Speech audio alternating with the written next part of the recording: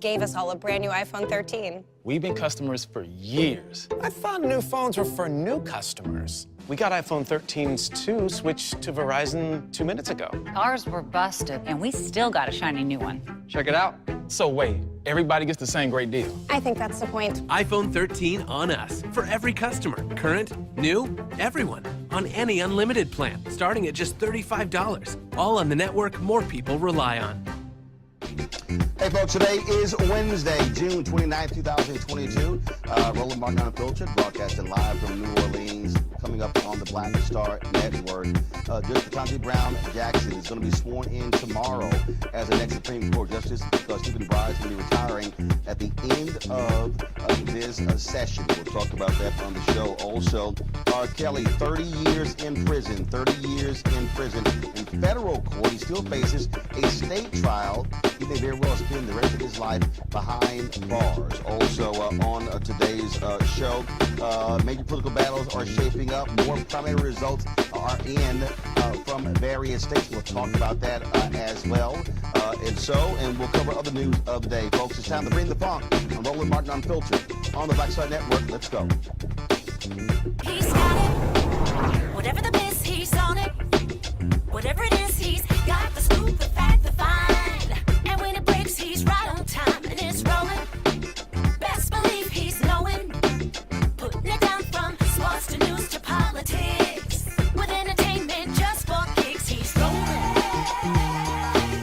It's on go, roll, y'all. It's Roland Martin, yeah. Rolling with Roland now. He's funk, he's fresh, he's real, the best, you know he's Roland Martin now.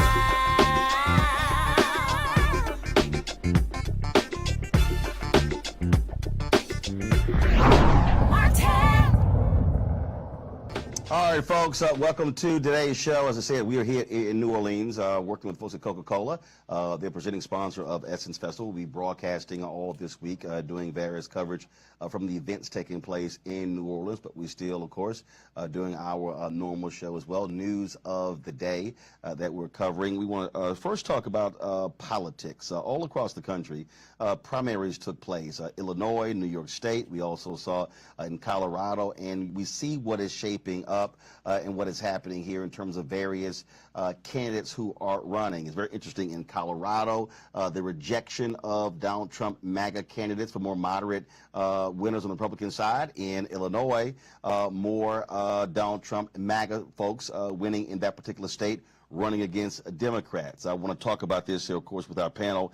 So joining us here in New Orleans, glad to have these two esteemed gentlemen with me. Will Sutton, known Will for quite some time through NABJ. He's a columnist here with the local paper here. First of all, it's hard to even say not local paper because everything is now digital. And so how would you frame it? The Times-Picayune, The Advocate, NOLA.com. We're based in southern Louisiana, cover the state. See, I wouldn't even, don't even call it paper anymore. So that whole thing has actually changed. Also, Robert Collins, professor, urban studies and public policy at Dillard University. Glad to have both of them here. So let's get right to it. So it's very interesting when I look at these results. You have Colorado, where a number of folks who were running who were big-time supporters of Donald Trump rejected, including one individual who was election denied, running for Secretary of State. She loses. But then you have in Illinois where you have black candidate, Republican, seen as the best choice to run against Governor Pritzker. They put $50 million behind this guy. He comes in third. And there's frankly unknown state senator, not in office long, hitched his wagon to Trump. He wins. But the crazy thing, Joseph, is that Robert, I'm still totally freaked out by this. So the Pritzker PAC put a lot of money behind that guy because they said, we want the crazy guy. We think he'll be easier to beat. Even in one race somewhere else, Nancy Pelosi's PAC put money behind the outlandish MAGA candidate. So it's real interesting the political games are being played this season. Well, you know, in the past that worked. I mean, in past election cycles, the national Democratic money, the national PACs would try and find the most extreme candidate that people some people who had to. We remember a few years back, we had a candidate who had to say that I'm not a witch, had to deny she was a witch, and so they would put the money behind the most extreme candidate to get into a runoff with incumbent Democrats. Or the guy in Missouri who made the comment about rape running against. Yeah. They basically helped Clara McCaskill hold on to her U.S. Senate position. Yes, exactly. And so that was standard strategy in the past. But now we're living in MAGA times, and MAGA times are different because in a lot of those cases, the MAGA candidate has turned out to actually be not the weakest candidate, but the strongest candidate, and we've seen situations where the MAGA candidate has actually gone on to win those elections or to be very strong in those elections. So, I don't know that that's going to work this time around. I mean, it's worked in the past. It's a gamble. It's a gamble because then if you lose that race, now you have an extremist in the U.S. Senate that you have to deal with and who's not going to really negotiate with you at all. And so I think it's a gamble. It's not something I would do, but I'll see if it works out. Well, I think it also depends upon the state that you're in. Obviously, if you're in Illinois, at the end of the day, let's just be real. In Illinois, you demolish Republican in Cook County, you win the governor's mansion. Absolutely. And so putting up that kind of candidate scared the hell out of people there. And so I think that works in Illinois. But the Colorado piece I thought was real interesting, where literally those Republican voters rejected the MAGA folks, or who Biden keeps calling ultra MAGA. I'm going to talk about that 'cause I think that's stupid. And so that's a perfect example as well. And so I think what Democrats are saying is, okay, we know the hardcore right will turn out, but by us also pushing that hardcore MAGA person, what does that say to those independents who may decide to go either way? Yeah, and one of the things that's happening the further we get away from the last election is Republicans are beginning to make some choices based on the candidates before them. Those candidates that are more established have done something, whether we agree with it or not, have something to offer, have a record.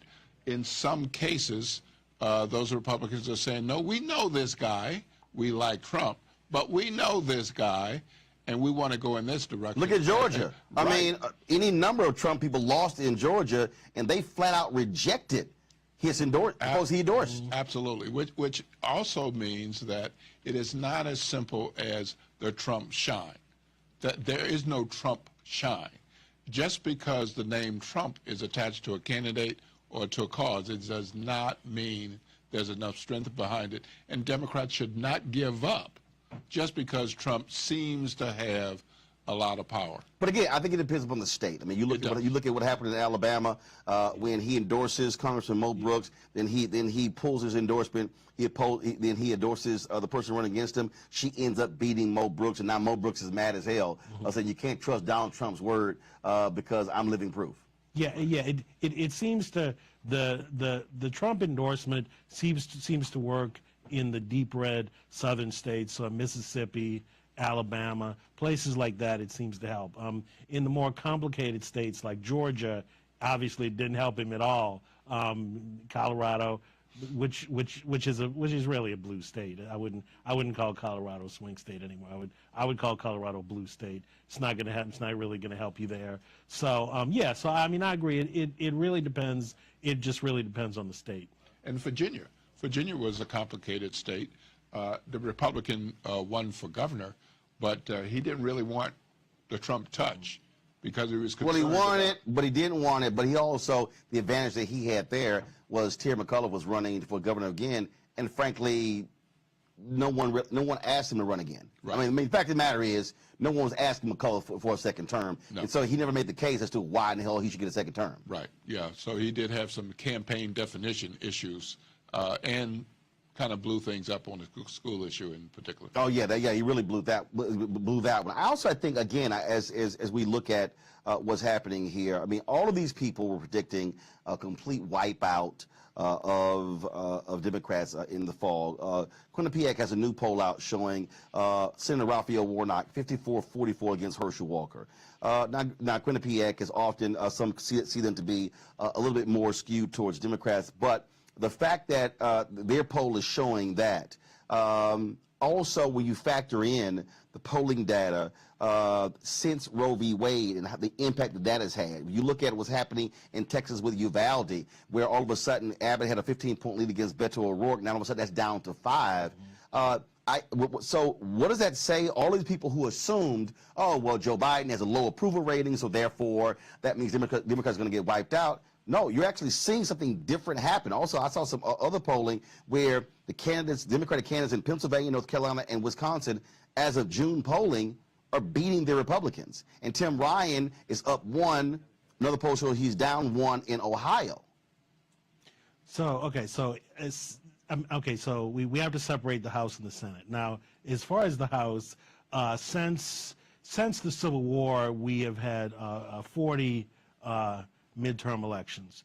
The president's party, the party in the White House, has lost seats in 37 of those. So you're running against really strong historical headwinds there. So it's going to be tough. Right, that's historical headwinds, but the Democrats did a very good job in the legal battle in redistricting to basically stem the Republicans taking over a lot of those seats. They won a lot of those cases, and so they put themselves in a position to possibly have a good chance to holding on to it. It would be tough. Maybe they can, but I'm just saying historically. And would have helped if we got that black district here in Louisiana. Yeah, it would have helped a lot. So, however, the Senate is a totally different animal. There have been years where the incumbent president's party has lost seats in the House, but has actually gained seats in the Senate. The Senate is a much more complex calculus. Number one, of course, only one third of the seats are up because, of course, that's the Constitution.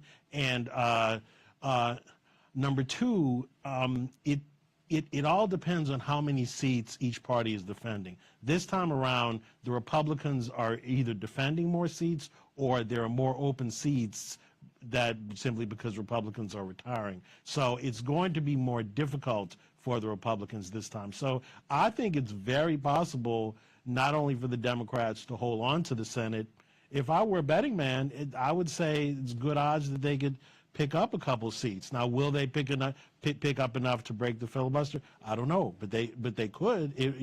So I mean, if I were a betting man, I haven't seen anything yet that would dissuade me from that the House is still going to be hard for them to hold the House, but I think they could gain in the Senate. I really think, Will, when I look at this in terms of what has helped, I do believe that there's no doubt in my mind that Supreme Court's Roe v. Wade decision is huge. It is. I also think when you look at what has been unfolding, when all these people who keep acting as if the January 6th committee was no big deal, the fact of the matter is that is damning information that's also spreading, that's going also beyond Donald Trump. And I think I see Erickson and other conservatives who are saying, the blue check people, they're the ones who just really paying more attention to this. And I'm sitting here going, yeah, I mean, I get inflation, I get gas prices, but again, I think if Democrats really play smart in terms of talking about how fragile this democracy is and what these people are intended to do, and they brought it beyond Donald Trump, that can also have an impact on who turns out. Absolutely. I mean, Roe is huge, and it's not a 1 day, 1 week, or 1 month story. We got a long time between now and November, and I get the idea of who you vote for matters, and elections have results, but the vote in the midterm is some months from now. You can't just sit back and wait and then rally the troops in November and say, now come out and vote, even early vote. You got to make sure that there's a reason. You got to make sure there's fire. You got to make sure there's enough anger, there's enough passion. Roe is one of those things, but then there's the components of Roe and what it means, and what it means by state. In your hometown, here's what it means. Right. And here's what it means. Did you understand? And don't let all of a sudden something happen to a woman with a particular pregnancy where her life could have been saved prior, and all of a sudden she dies. And for all those people in your own state and in your home county or parish who are like, rah, rah, rah, ask them the specific questions. So what about a 13-year-old white girl, daughter of yours, Is it going to be okay? Are Well, you going to? Well, the Mississippi Speaker of the House, he got hit with that question numerous Right. times when he was asked specifically if a 12-year-old was raped or incest was committed by an uncle, and would you require her to have that child? And he said yes. But what's interesting is in Missouri, now you have a hospital in Missouri where they have 16 hospitals, I think it's in St. Louis, now saying that if a person is treated at their hospital who got raped, they will not give them Plan B.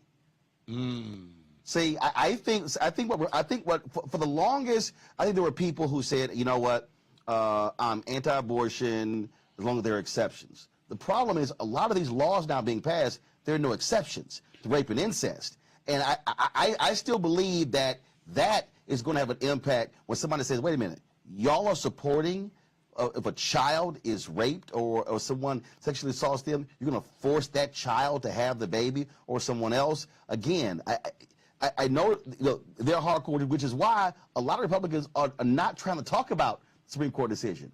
They are scared of that very thing. Well, in part, some of them don't want to talk about it because they're not reading the decision. They're not reading the laws they pass.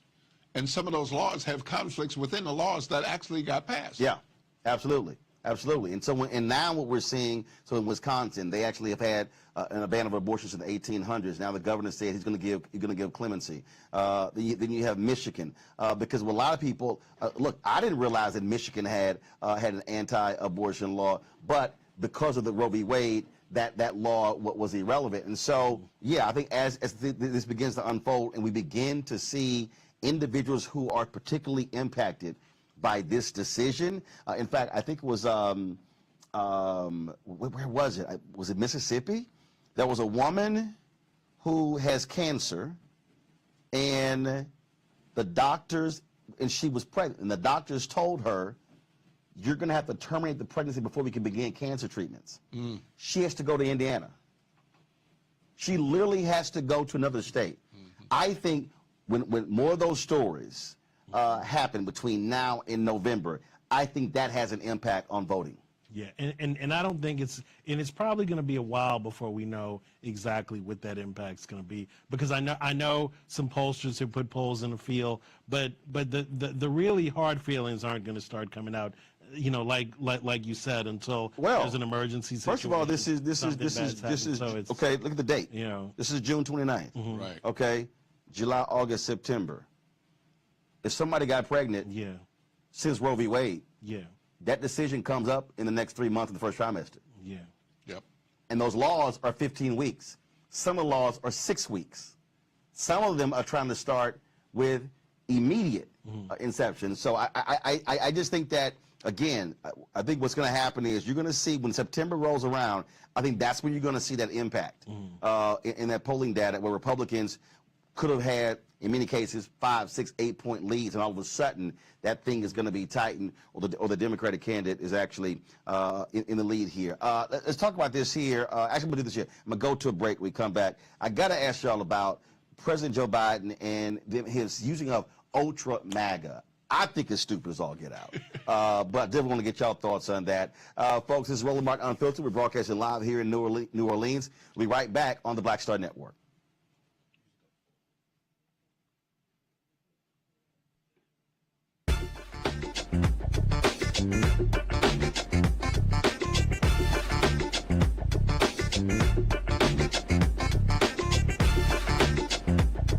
Love our new Alexa. It's a Buick. Yeah, Alexa. Buick. Alexa. It's a Buick. It's an Alexa. It's a Buick. It's an Alexa. Coach, that's a Buick. That's an Alexa. The Buick Enclave with available Alexa built-in. I'm Deborah Owens, America's Wealth Coach, and on the next Get Wealthy, what do the ultra-wealthy know that most of us don't? Well, the truth is that there is financial exclusion, and unfortunately, far too many Black folks haven't had access to this knowledge, and that's exactly what we're going to talk about on our next Get Wealthy with Melinda Hightower, a banker who's doing something to share exactly what you need to do to make it into the high net worth status. They weren't just saving just to save, they were saving for a purpose. That's right here on Get Wealthy with me, America's Wealth Coach, only on Black Star Network. How about sushi? I just had sushi for lunch yesterday. How about tacos? Automatic emergency braking, one of 6 advanced safety features standard on every 2022 Chevy Equinox. Find new technology. Find new roads. Chevrolet.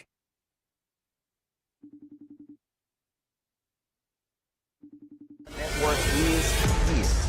Oh, no punching! I'm real revolutionary right now. Support this man, Black Media. He makes sure that our stories are told. Thank you for being the voice of Black America, Roland. Hey, Black, I love y'all. All momentum we have now, we have to keep this going. The video looks phenomenal. See, this difference between Black Star Network and Black-owned media and something like CNN. You can't be Black-owned media and be scared. It's time to be smart. Bring your eyeballs home. You dig?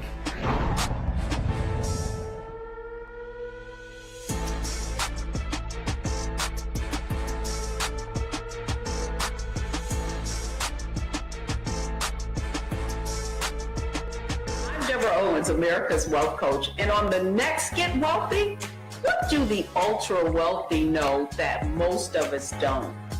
Well, the truth is that there is financial exclusion, and unfortunately, far too many Black folks haven't had access to this knowledge, and that's exactly what we're going to talk about on our next Get Wealthy with Melinda Hightower, a banker who's doing something to share exactly what you need to do to make it into the high net worth status. They weren't just saving just to save, they were saving for a purpose. That's right here on Get Wealthy with me, America's Wealth Coach, only on Black Star Network.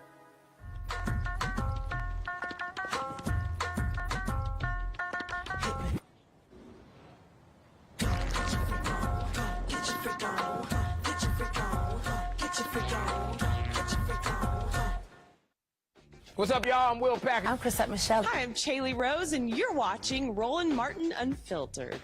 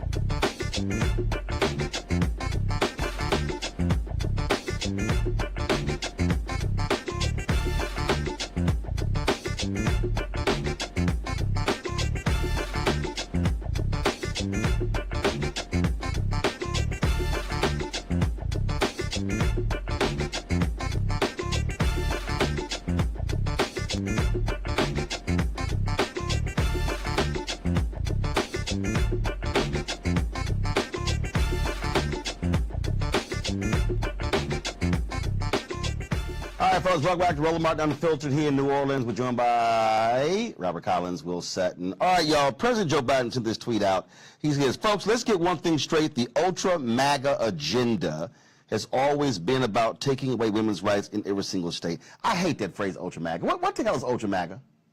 I don't really know what it means. I'm assuming he means the more extreme MAGAs, but either you're MAGA or you're right. I mean, either you're MAGA or you're not. So apparently, far right. So apparently, one of the Democratic groups, they tested this and they ran it through various focus groups, whatever. I'm sorry, to me, here's what you set up. Ooh, the ultra MAGA's real bad, but MAGA's okay. Dude, what are you doing? It's the same. Yeah. There's no moderate MAGA. There is no moderate MAGA. Right. Is that a perfect example of Dems trying to get too cute? Oh, absolutely. I mean, that's one of those things where you are making definitions where no further defining is necessary. MAGA is MAGA, and even the nice, good Republicans who identify with MAGA means you've gone to the crazy side. Matter of fact, Politico has this piece here, and they ask the question, is ultra MAGA lame? And this is Congressman Ruben Gallego, Democrat from Arizona. He said, I think Ultra MAGA is not a good talking point. We should just call them a bunch of weirdos. Anyone obsessed that much with any politician by nature is kind of weird. And then it says, congressional Democrats are more divided on using Ultra MAGA. The term partly resulted from polling by the Liberal Center for American Progress and Global Strategy Group, which found a new extreme MAGA agenda moved voters more than hitting Republicans on lower taxes for the rich. Okay, how about you just simply say just MAGA? I mean, I don't get it. Well, there are those Republicans like Jenny Thomas who want to be as far right as they can get. And so they might be feeling good about being called Ultra MAGA. Yeah, Trump embraced it, and hell, they sold shirts. Yeah. They were like, oh, that's us. We love it. Yep. Yeah, but if either you're a MAGA or you're not a MAGA, and the more traditional Republicans, the few that are left, that want to just be traditional, they just call themselves Republicans. They don't identify, well, I'm a MAGA, but I'm a moderate MAGA, because there's no such thing as a moderate MAGA. Okay. So they just call themselves Republicans. So on that point right there, you said there are few traditional Republicans. Who? There's a few. Who? There's a few. Susan Collins, Murkowski, maybe. You know. Okay. Yeah. That's I two. think that's okay. That's two. You know. Well, in the Louisiana context, they would say Cassidy. Who? Yeah. Oh, a lot of people in Louisiana. Yeah, a lot of people would say Cassidy. They Romney, would. Some people would say Romney. I know you're visiting, but, but this is a very red state. Yeah. But, I know it's a red state. But they got me delusional calling him traditional. Yep. Yeah, they would Cassidy. Some people would say Romney is a traditional Republican. Okay, here's my whole deal. Okay. Have you given up on Romney as being a traditional? Romney. Hell no. I mean, first of all, Romney can run around all he wants to. Bottom line is he's still trying to be Trump's Secretary of State. That's my whole deal. I'm a firm believer in if you think he gives that big speech, okay, blasting him, okay, to me, when you do that, you make a decision as to who that person is. And so you give that speech, and oh my God, folks were praising the speech, but then he wins, and so you meet with him to be a Secretary of State. And that, for me, is when, that's me saying you're choosing party and power over principles and patriotism. And I'm just of the belief that, I'm sorry, if that person is so evil and so awful and so bad, there's no way in hell I'm going to work for him. Yeah. Not going to happen. Right. I'm not going to dance with him at all. Right. Yep. And I'm sure they're not going to pull a Senator Lindsey Graham and kiss his ass at every moment I can. Right. Right. Yeah. Well, I mean, there are Republicans who are trying to find a pathway to being considered reasonable and moderate, and some of them are struggling with that because they want to maintain power. They want to be in their position. They don't want to be right, but be out. Well, I got to ask y'all this here since we are in Louisiana. How the hell people just say let that fake twang fool Kennedy get away with it? I mean that's about the most Hollywood fake accent I've ever seen. That Gary Chambers ad when he plays, this is what he used to sound like when he was a Democrat. Now he sounds this way. I mean, you get older and you get more country and more twangy? Yeah, you know, I've been working in Louisiana politics so long. I can remember when Kennedy was a liberal Democrat. He was a liberal Democrat down here for a long time. He was an attorney in the governor's office, and then at some point in time, I guess right around the time when he got elected state treasurer, that's when he decided that the old country bumpkin act could work, and that's when he decided on his accent, and he sort of crafted the accent that he has now, and he's used it ever since then. But but it works for him. I mean, it works. Because some of the people who are supporting him now weren't listening to him then, so they don't have that recollection. Okay, but has anybody asked him about it? Oh yeah, he's been asked about it, and at the paper and digital platform where I work, we could kind of keep a running log of some of the craziness that he says, and we run it every so often. That when he says another one, it's like we add it to the list. I can't stand when he starts talking and get at fake country. It's grating. And the problem is too, the DC media eats it up. Oh, yeah. He says it, and they run it on every CNN, MSNBC. Everybody runs it, and as long, so it's not just Fox. And so as long as everybody runs it, Right. he's going to keep saying it because he knows what he's doing. it gets him national press.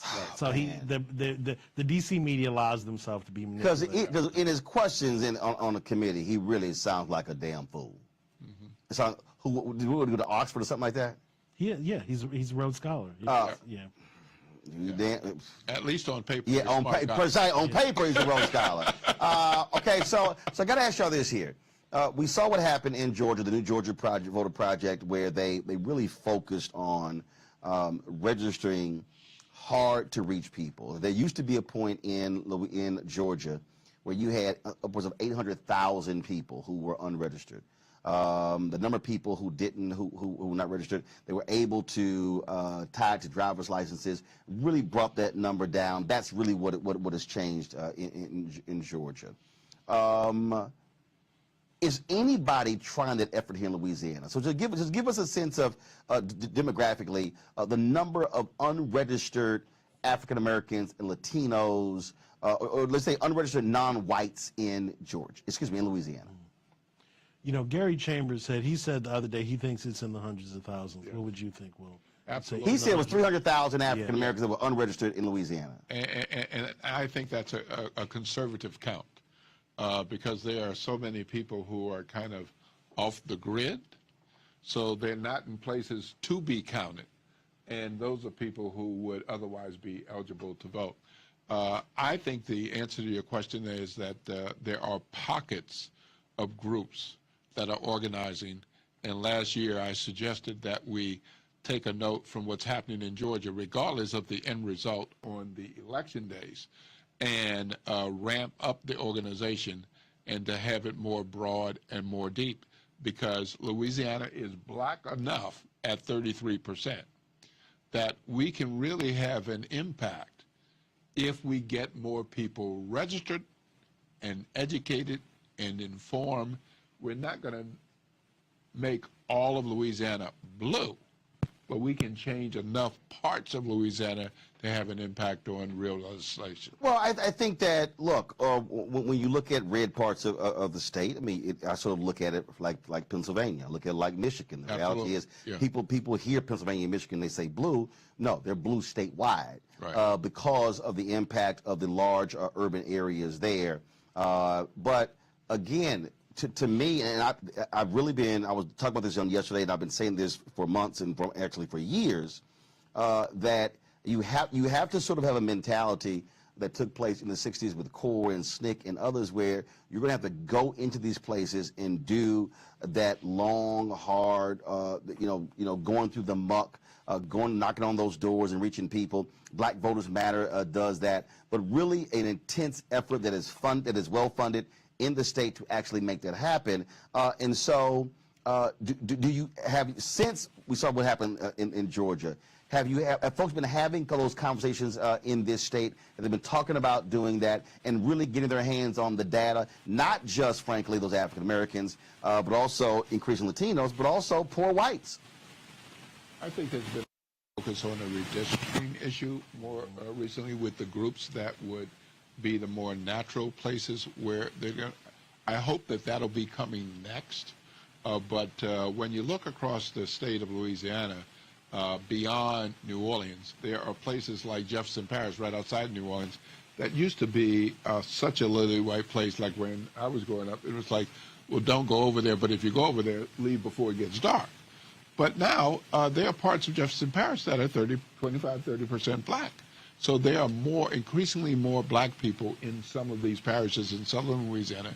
And then you have Baton Rouge, Monroe, Shreveport, some communities like that, where there are significant numbers of black people in even black cities like Monroe. But people think differently, so the city of Monroe doesn't get a lot of national attention, but that's a black Democratic city that elected a white mayor. Wow. So when you talk about registering the people, that's why I add education and information. Because if you simply register... That's my point. That's what I'm saying. They just kind of say, oh, should I do this? Well, look, I was talking to Mondo Robinson. We had him on the show when we had the Poor People's Campaign. I forgot the name of the town, 3,000 people. It's 95% black, and they had a white Republican mayor. Mm-hmm. And he ran against him, presenting a very aggressive, progressive agenda, and got 75% of the vote. He said, because we went after the people who no one ever would talk to. Same thing in Ferguson. People were shocked. He was Ferguson, 67% black. They had never had anybody black on the city council. 67%. And it was kind of like, wow. And so when I talked to Mondale, he said, oh yeah, man. He said, we go to the city council meeting. He said it'll be 8 to 15 white folks at the meeting. No black people ever at the city council meeting. He said in a town that was 95% black, but they would not actually take advantage of political power.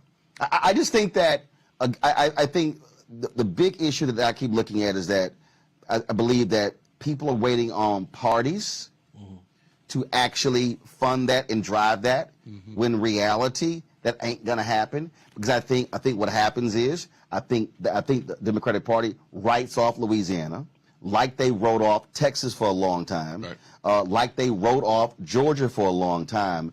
And what Reverend Barber and others are saying is that we can't afford for the party to finally come around, when if we actually put in that work, we could literally change the demographics in terms of those voting demographics, and then that changes the politics in the state.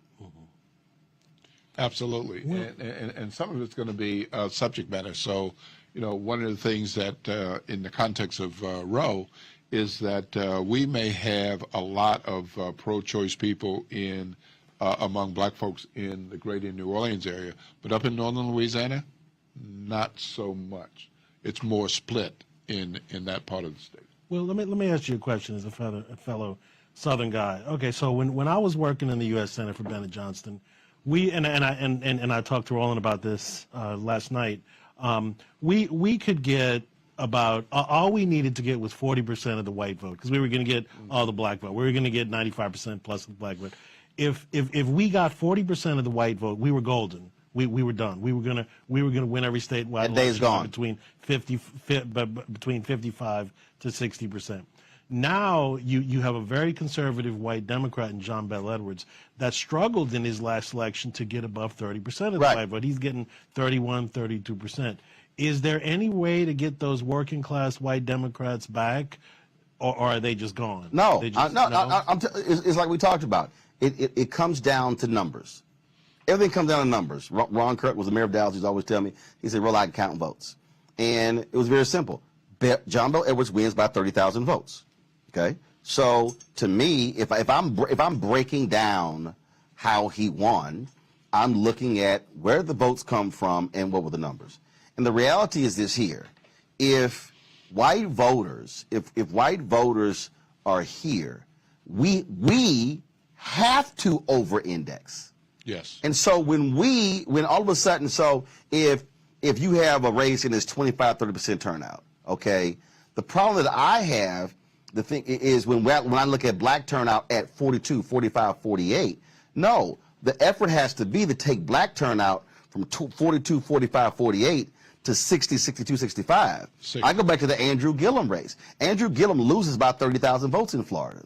The reality is the Tallahassee Democrat ran a chart, and I wish I'd saved it. I probably could try to find it, and it showed the turnout percentiles per county. There were 15 counties listed.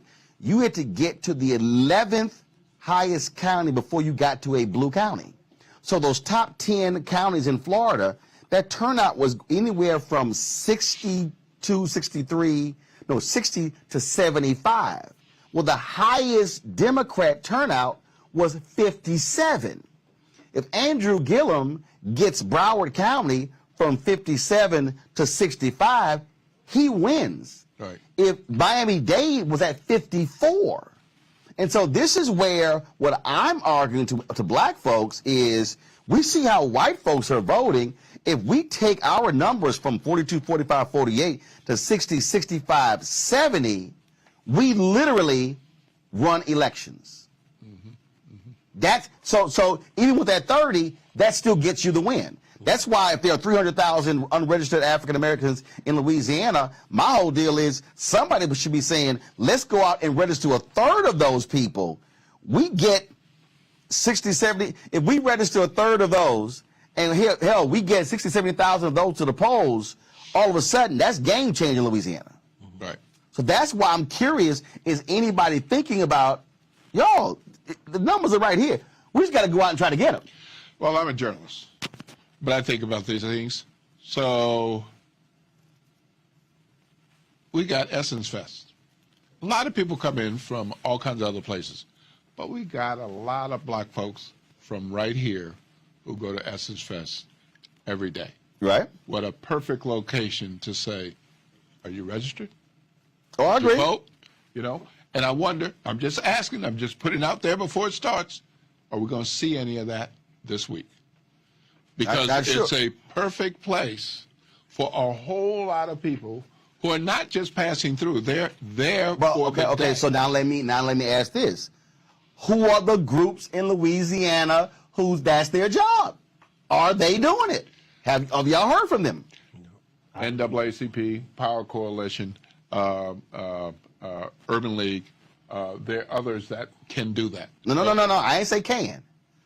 Are they? I haven't seen that yet. I haven't seen it. See, that's what I got a phone call from somebody in Texas. They said, "Hey, Roland, we're trying to reach Stacey Abrams because we want her to come to Texas and try to get us to do what she did there." And I'm like, you know, y'all can just do it. She ain't gonna move there. No, I was like, okay, you know, you can just do it. Yeah. I'm like, I don't understand why you. Right. And I really think that part of this thing is that there's just some folk who they automatically start, not gonna happen. Not gonna happen. And I just, for me, I'm looking at what's happening. I'm looking at many of us are leaving northern and midwestern states and returning to our family homes. And we can influence that by changing the dynamics. And I just don't believe that we're always locked into this deal. You know what, man? We're just living in this absolute red state. It ain't going to change. I mean, Republicans in Texas saw what was coming. That's why they got rid of straight ticket voting. They saw how they were getting decimated in Harris County, in Dallas County, in Bexar County, in Travis County. And so they were like, okay, that's not going to happen. And so, you know, Beto comes within 2.5 points of beating Ted Cruz. You look at them winning, again, those DA races, city council races, county races, judge races, not doing well statewide because still part of the problem, they won't go to the rural areas and shrink your margins. You ain't going to win. If you're a Democrat, you're not going to win in many of those rural places. The problem is ain't winning in rural places. It's closing the margin, not losing 80-20, right, but you're losing 65-35, 60-40. And Stacey Abrams actually showed that when she ran against Brian Kemp, going to those places. Speaking of Georgia, I'm going to talk about this. I do want to get your thoughts on that poll. 54-44. Senator Warnock against Herschel Walker. How do you see the dynamic of the Georgia race? And if Warnock is sitting at 54, Abrams also wins. It ain't like it's a bunch of Warnock-Kemp voters in Georgia. Thoughts, Robert? Yeah. Well, I think Herschel Walker is probably the worst candidate that the Republicans could have run in that race. He refuses to talk to the press. We know about his background.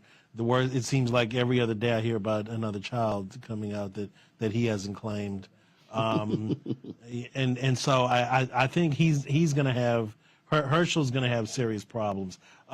So far, I understand Senator Warnock has asked for a debate. Herschel has not agreed to a debate, and of course, if Herschel's people are smart, they'll keep him off of the debate stage because Warnock, I think, will slice. You do not want Herschel Walker debating the senior pastor at Ebenezer Baptist Church. So I don't think a debate's going to happen. So I definitely think that race will help Stacey Abrams.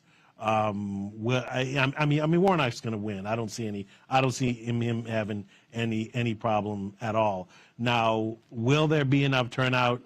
See, because what I'm worried about is people might feel so comfortable he's going to win. Absolutely. Some people might not show up. Warnock's going to win that race. We don't have to worry about that. And then people get complacent, and then for the governor's race, that's going to be a tight race. You're talking about less than a percentage point. And so maybe those people that don't turn out because they felt so comfortable that Warnock has a huge lead over Herschel that they don't bother showing up. No, I don't think that's going to happen in Georgia. I don't think that's going to happen in Georgia. I don't think that's going to happen. I think after that runoff last time, no, we're going to see this sucker through. Well, Abrams was close enough that some of it is on us. We needed more black folk to turn out and vote in that race to help put her over the top. But I mean, I think she ran a fabulous campaign. But in the end, you got to get more. Well, you got to remember they also kicked a lot of people off the rolls. They did. So I mean, and who was Secretary of State? Right. Kemp. So Absolutely. that also plays a part. It does play a part, and that's one of the reasons why. The hard work is sometimes not sexy, right? But it's really important to watch what people are doing when other people are paying attention over here, which is one of those cases like right now. We got a lot of attention on Roe, necessarily.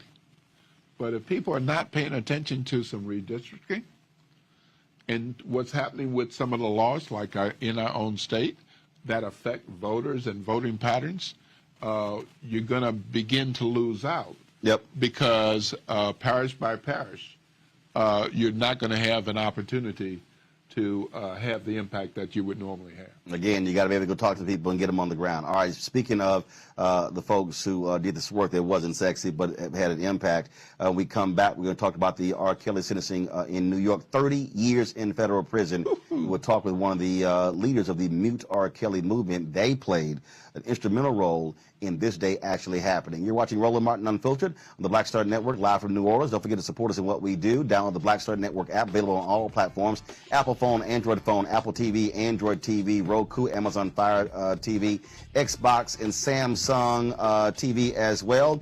And of course, you can support our Bring the Funk fan club. All dollars you give goes to support this show. Cash and checks go to P.O. Box 57196, Washington, D.C. 20037-0196. Cash App is $RM Unfiltered. Venmo is RM Unfiltered. PayPal is R Martin Unfiltered.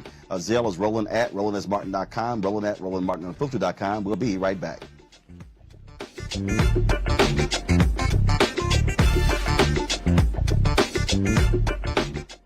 Love our new Alexa. It's a Buick. Yeah, Alexa. Buick. Alexa. It's a Buick. It's an Alexa. It's a Buick. It's an Alexa. Coach, that's a Buick. That's an Alexa. The Buick Enclave with available Alexa built in. Of course, I looked up to Spike Lee. Of course, who didn't? I mean, he's a genius. But then also, I was this kid from Brooklyn, right? That felt like, give me my damn respect. I made this, this creative art, right, that people are responding to. And it would have been great if we had the opportunity to sit one-on-one. Hold on a second. Spike. What's up, baby? So I'm in LA right now. I got a one-on-one series with my network, Black Star Network. And I'm interviewing Maddie Rich. I appreciate that, bro. That's a big moment, man. That was like, man, that was good. Got me all choked up. That's good. Well, I'm all about connecting. Appreciate that, bro.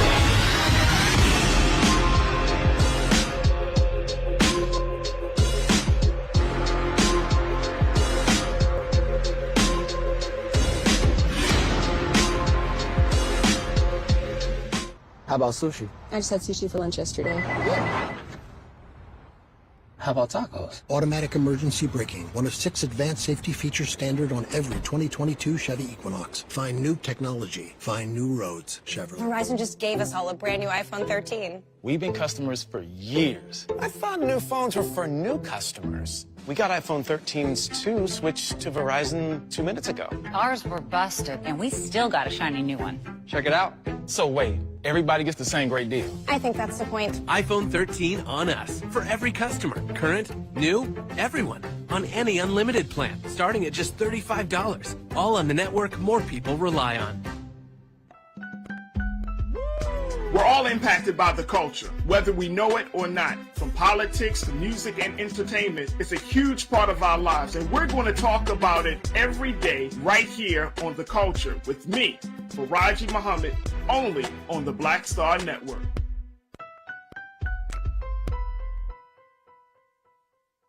Peace and love, everybody. I'm Purple Wonder Love. Hey, I'm Donnie Simpson. What's up? I'm Lance Gross, and you're watching Roland Martin Unfiltered.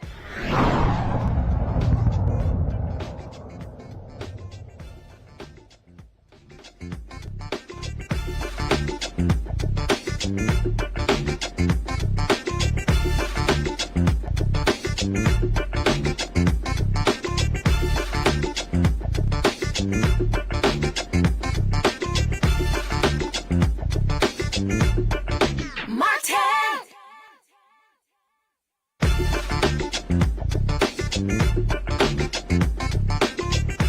30 years in prison. That's what Robert Kelly received today in a federal courtroom in New York after being convicted on racketeering charges, sex trafficking as well, stemming from his efforts over the years to use his fame to sleep with a number of underage women. When you listen to the various stories that were told, in fact, witnesses testified today, gave their impact statements, and they talked about how he damaged their lives and what he did to them. Some shocking and horrific details that were covered.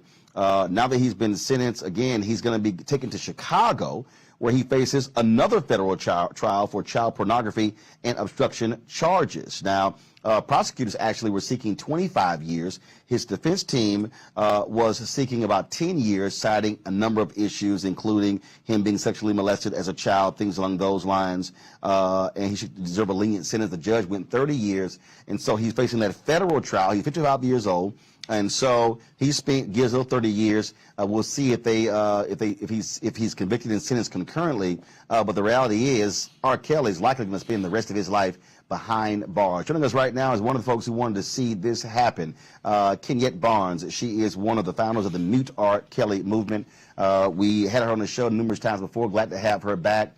Kenyette, glad to see you. This is certainly a day that you and others we're pushing hard for, trying to get the public to understand the ramifications. The people who still lauded R. Kelly, who still played his music, who essentially gave cover to him. Just your thoughts with this breaking news of his sentencing of 30 years in federal prison.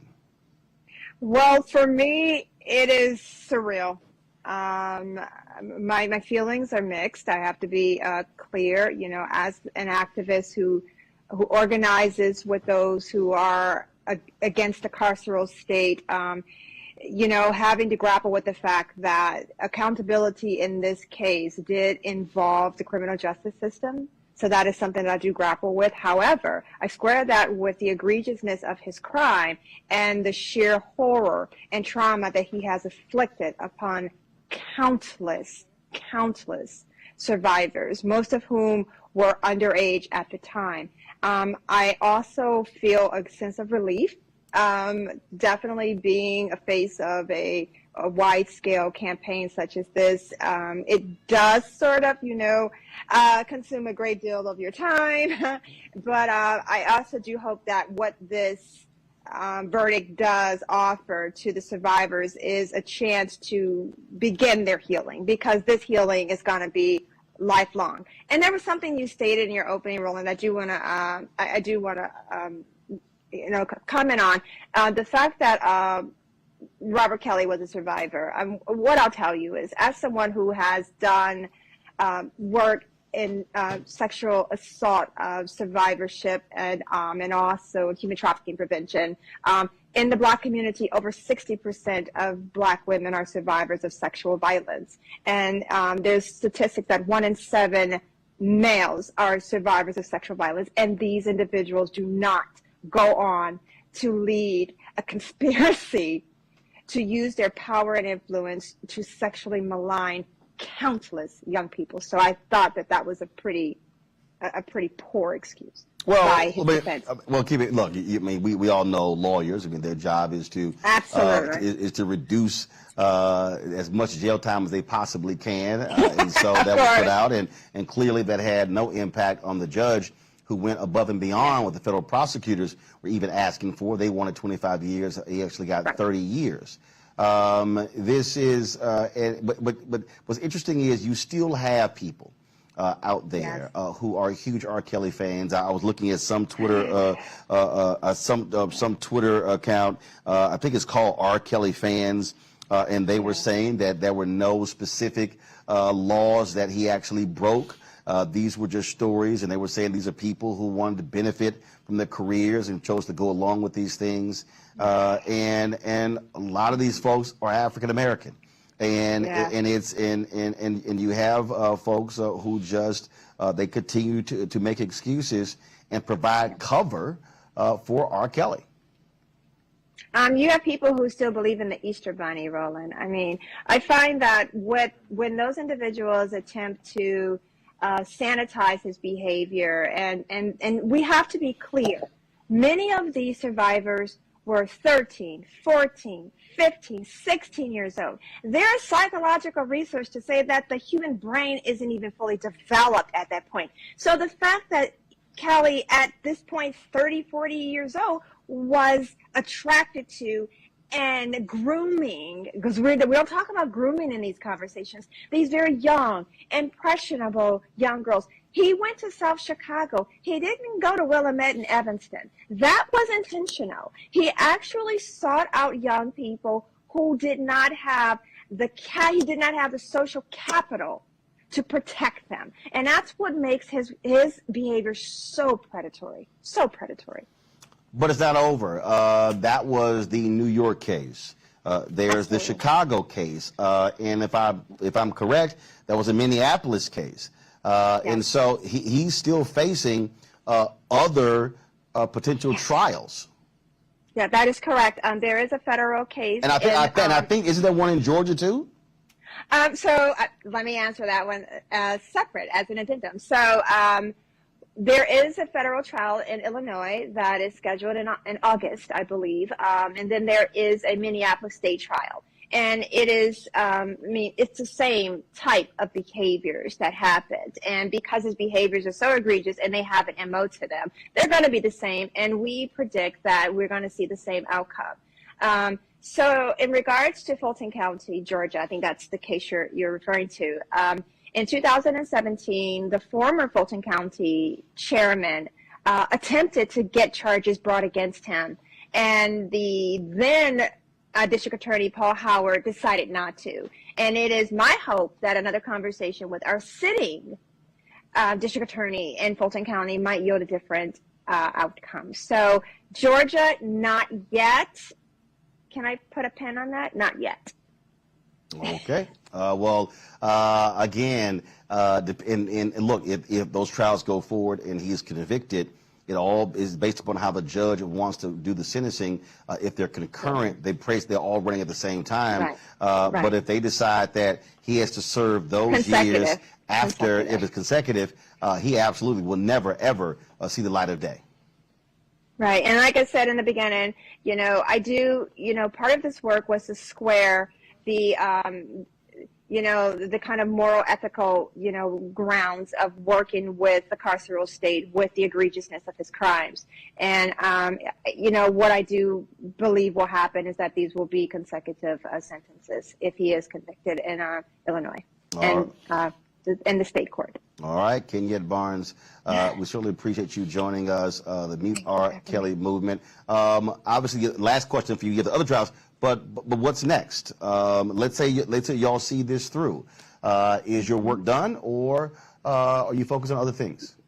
Well, what I'll say is it's not done. I mean, as long as R. Kelly's music is still being played on streaming services and urban radio, it's never done. And that's the ask, is that when we said mute, we meant mute. So Spotify, Pandora, Apple Music, Deezer, all of those, they have a more responsibility to ensure that they are not getting revenue dollars off of the music that is essentially a manifesto of a pedophile.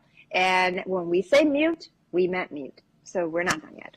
So so let me ask you this here: if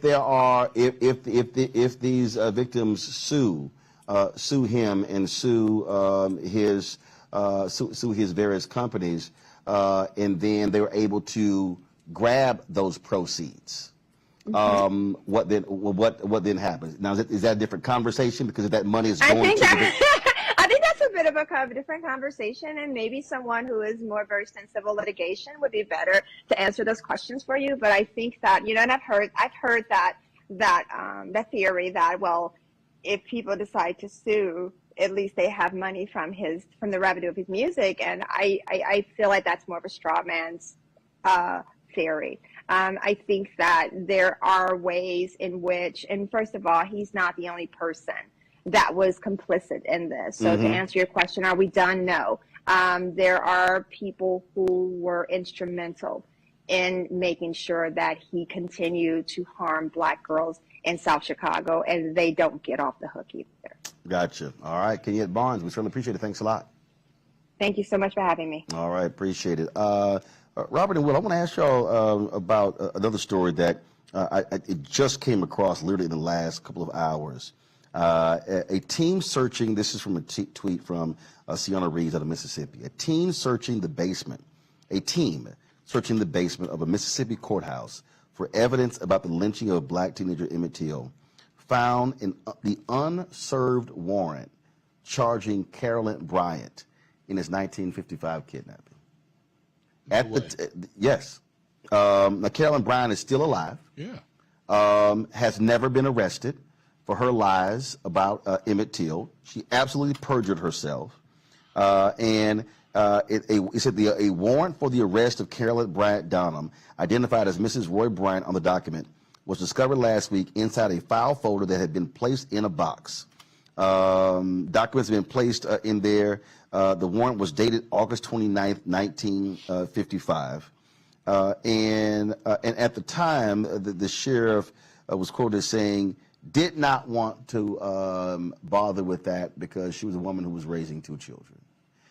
So I'll ask the two of you. Carolyn Bryant lives in North Carolina. She's in her 80s. Should Carolyn Bryant be arrested and charged? Well, there is no statute of limitations on murder, so the warrant should be served. If it's a valid warrant, the warrant should be served. And then she would get a hearing, and she would get due process, and we'll see what the hearing judge says. But if it's a valid warrant, again, no statute of limitations on murder, they should serve the warrant. Well, we just saw a 101-year-old former Nazi guard convicted, and he's sentenced to prison. Now, he 101. Right. Yep. Here's the deal. Jews did not stop. To this day, they are searching for any Nazi guard who was over Holocaust victims, and they want them held accountable. No one say, he 101. No, he was convicted. He's going to prison. Should Carolyn Bryant be arrested? Absolutely. I mean, I want to know if there's any reason that anybody in the state of Mississippi can identify as a reason not to proceed. If it is, let's find out what those reasons are, and then more likely than not, refuse there's a knock DA. them down. Well, it's all about the DA. I mean, the reality is the district attorney can move forward. The DA there, the DA is Dwayne Richardson.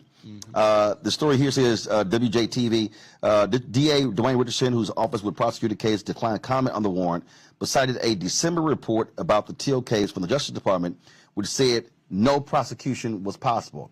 No, that's the Department of justice. Right. That's federal civil rights statutes. Right.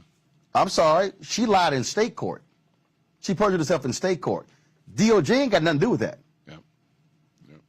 No, I mean, if you have committed a crime and there's no statute of limitations, then it seems like that should be pursued. Now, if you can defend yourself and you can show that you were not responsible or that there were other circumstances, right, that's different. But that does not mean it should not be pursued. Look, here's my whole deal. I know how a lot of our folks get, and we sit here and we say we forgive. Damn that. I'm sorry. Look, I'm just like every single Jewish person who lost somebody in the Holocaust. If they still living, you got to pay the price for what you did to black people. And I would hope black organizations and black entities are putting pressure on that DA to do something, just like those families did with the 4 little girls in Birmingham. They had the federal prosecution, but this is one of those examples. And again, I don't give a damn if she's in her 80s.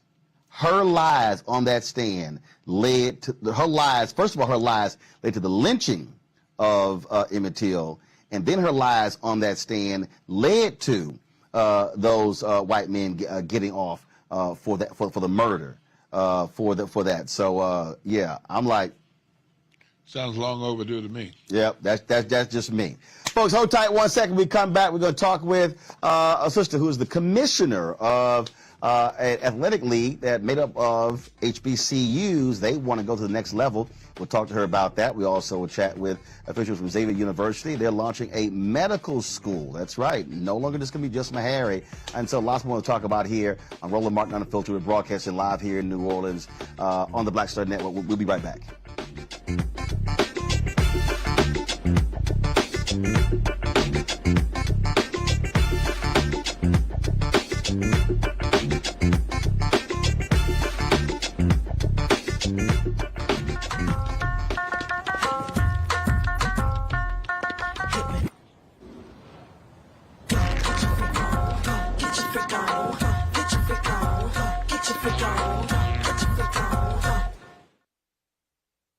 iPhone 13 on us for every customer. Current, new, everyone. To show the love. Pull up a chair. Take your seat. The Black Tape. With me, Dr. Greg Carr, here on the Black Star Network. Every week, we'll take a deeper dive into the world we're living in. Join the conversation only on the Black Star Network. Love our new Alexa. It's a Buick. Yeah, Alexa. Buick. Alexa. It's a Buick. It's an Alexa. It's a Buick. It's an Alexa. Coach, that's a Buick. That's an Alexa.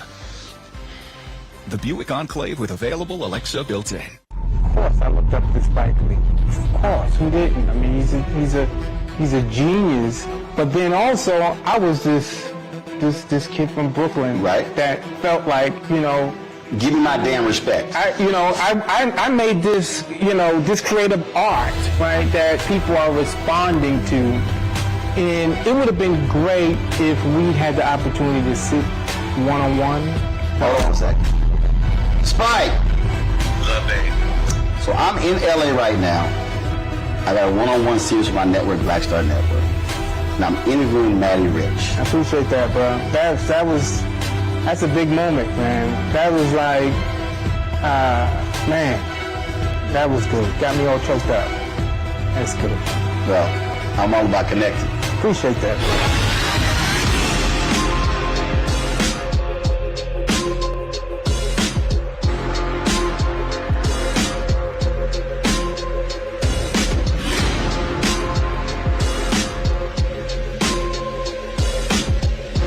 Verizon just gave us all a brand new iPhone 13. We've been customers for years. I thought new phones were for new customers. We got iPhone 13s too, switched to Verizon 2 minutes ago. Ours were busted, and we still got a shiny new one. Check it out.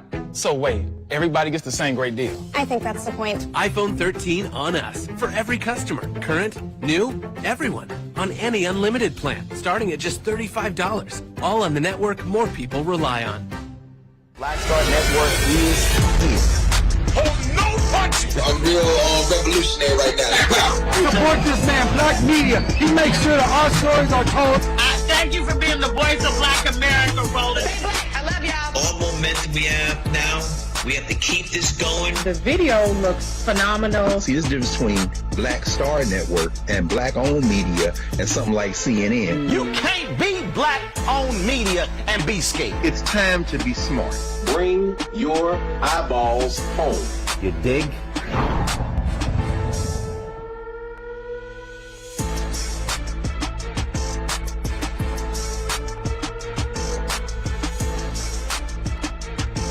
Hi, I'm Dr. Jackie Hood Martin, and I have a question for you. Ever feel as if your life is teetering and the weight and pressure of the world is consistently on your shoulders? Well, let me tell you, living a balanced life isn't easy. Join me each Tuesday on Black Star Network for a Balanced Life with Dr. Jackie. We'll laugh together, cry together, pull ourselves together, and cheer each other on. So join me for new shows each Tuesday on Black Star Network, A Balanced Life with Dr. Jackie. I'm Deborah Owens, America's Wealth Coach, and on the next Get Wealthy, what do the ultra wealthy know that most of us don't? Well, the truth is that there is financial exclusion, and unfortunately, far too many Black folks haven't had access to this knowledge, and that's exactly what we're going to talk about on our next Get Wealthy with Melinda Hightower, a banker who's doing something to share exactly what you need to do to make it into the high net worth status. They weren't just saving just to save, they were saving for a purpose. That's right here on Get Wealthy with me, America's Wealth Coach, only on Black Star Network. Hey, I'm Donnie Simpson. Hi, I'm Eric Nolan. I'm Shantae Moore. Hi, my name is Latoya Luckett, and you're watching Roland Martin Unfiltered.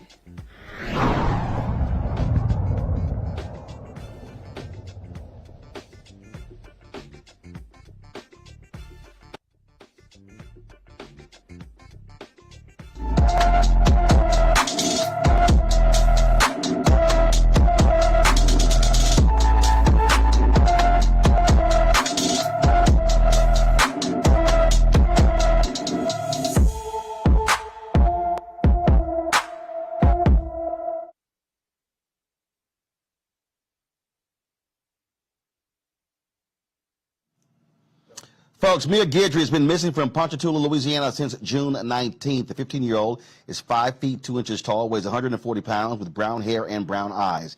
Anyone with information about Mia Guidry should call the Ponchatoula, Louisiana Police Department at 985-386-6548, 985-386-6548. All right, folks, a lot of folks know about the SWAC conference. They know about the MEAC. They know about the CIAA. They know about, again, these HBCU conferences. But what about the Gulf Coast Athletic Conference? Well, we're here, of course, in New Orleans, and there's several schools from the region that make up the GCAC. Joining us right now is the commissioner of the conference, Kiki Barnes. How you doing? Doing great. Glad to be here today. All right. So for folks who don't know, again, I think a lot of people, they know about individual schools, but not realizing that they're also part of conferences. Yeah. Well, I'm excited to be here and share about the Gulf Coast Athletic Conference. We are a conference of 8 HBCUs. We are the only HBCU conference in the National Association of Intercollegiate Athletics. And I'll say that one thing people don't realize sometimes is that the NAIA was the first association to integrate, to allow Black colleges to participate. So I think our first basketball championships were Tennessee State, I think 3 years in a row. I have to go back and check for sure, but Tennessee State at one point was a member of the NAIA. But our current member schools are Dillard University here in New Orleans, Southern University at New Orleans, Russ College in Mississippi. We have Oakwood University in Alabama, Fisk University in Tennessee, Philander Smith in Arkansas, Wiley College in Marshall, Texas. Now, That's you've had some moving and some shifting. Xavier used to be a part of the conference, and we see this conference realignment stuff happens all the time. Yeah. And so you used to be at Dillard athletic director there. Yeah. Now you're full-time commissioner. And so what really is, first of all, what are the sports that the schools play in the conference? So for the conference, we actually offer championships in men's and women's cross country, men's and women's basketball, women's volleyball, men's and women's outdoor track and field, and this year will be our first year offering a championship in baseball. So we're really excited about that. About 3 years ago, our Council of Presidents passed a sport expansion plan for the conference, meaning that we'd add additional sports so we can offer more championships. So we're looking to hopefully next year be, well, 23-24, to be also adding softball and tennis over the next 3 years. So we're really excited about our growth in terms of championships, and we'll be looking to add some new members as well. And obviously, so before you were operating as commissioner while still being athletic director, so now this is a whole different deal where now your complete focus is being the AD. Actually, I think we got some audio issues, and so let me just do this here, folks. I'm going to go to, just hold on, I'm going to go to a quick break, then we're going to fix Kiki's microphone, and then we'll come back so we can make sure we're hearing her clearly. You're watching Roland Martin Unfiltered on the Black Star Network. Or just do this here. Just go to the wide shot. Yeah, we got commercials. Go to the commercials. I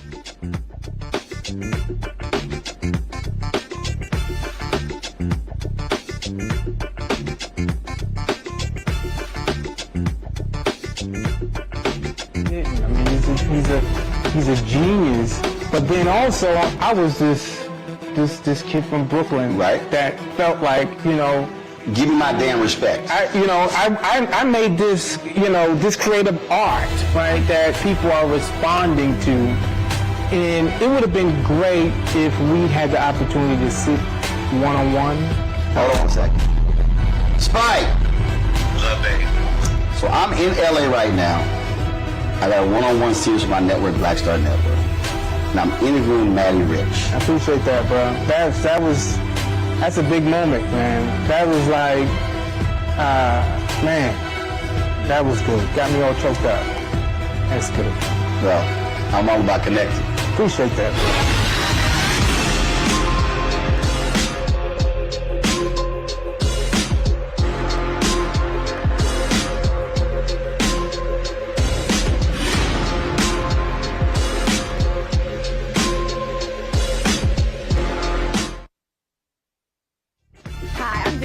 Hi, this is Essence Atkins. Everybody, this is your man, Fred.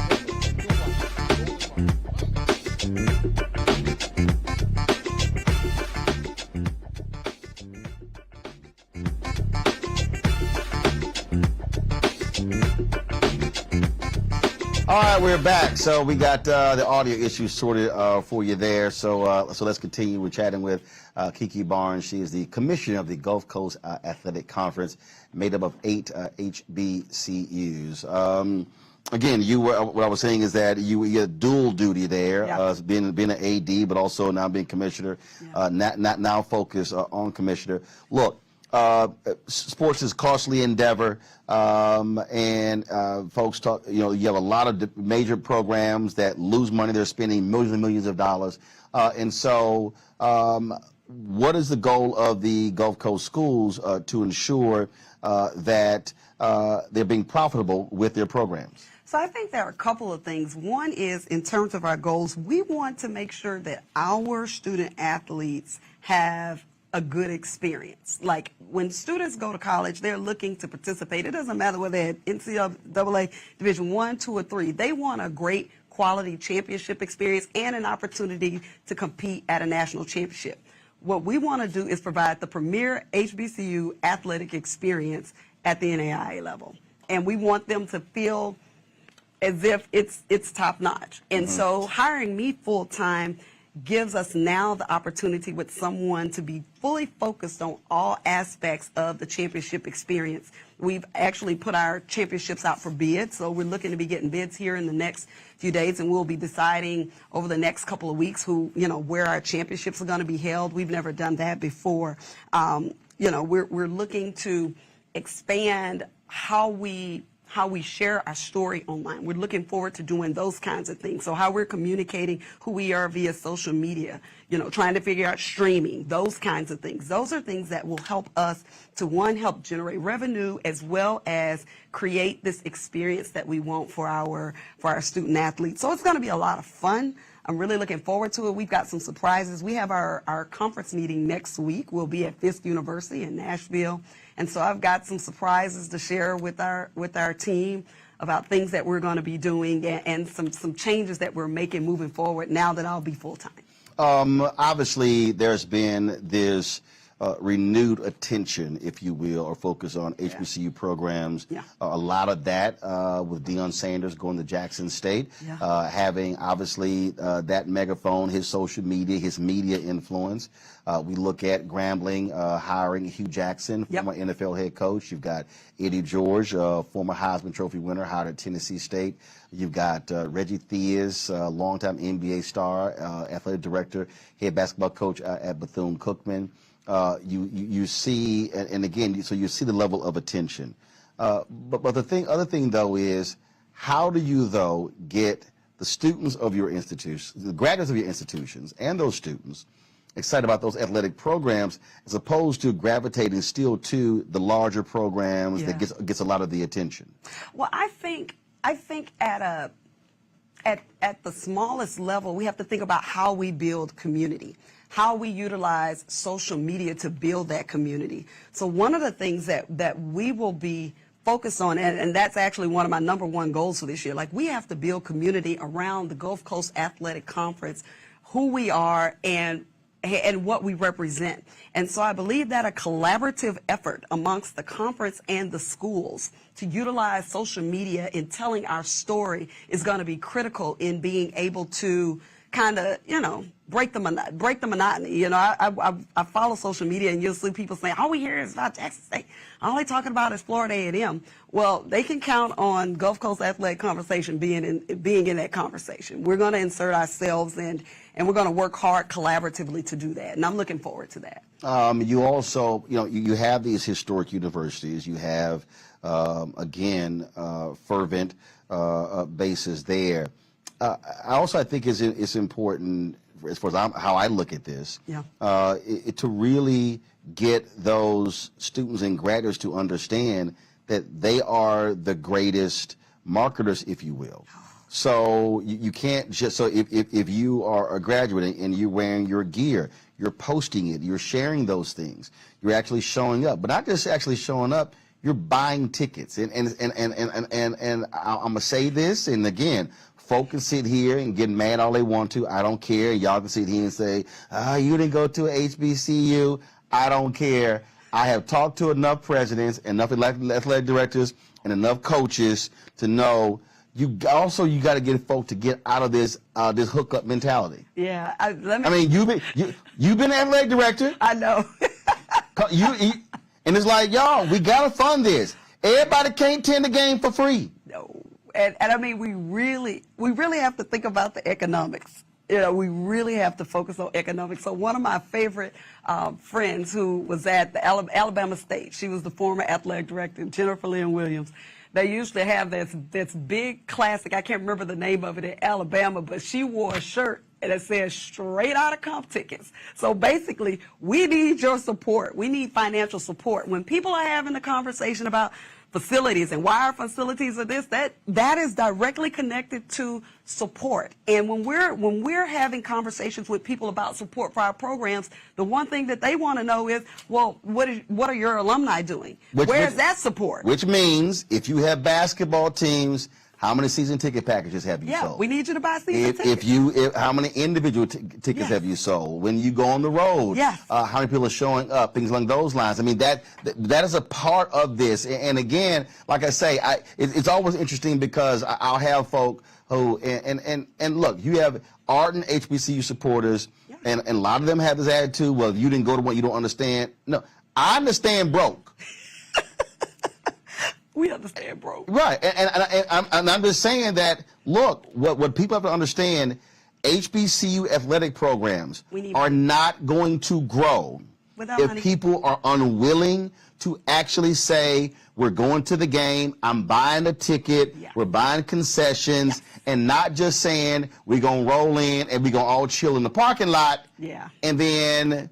We need you in the stands. Because I've told presidents, yo, y'all need, if anybody comes on and they want to tailgate, charge them. Yeah. I mean, look.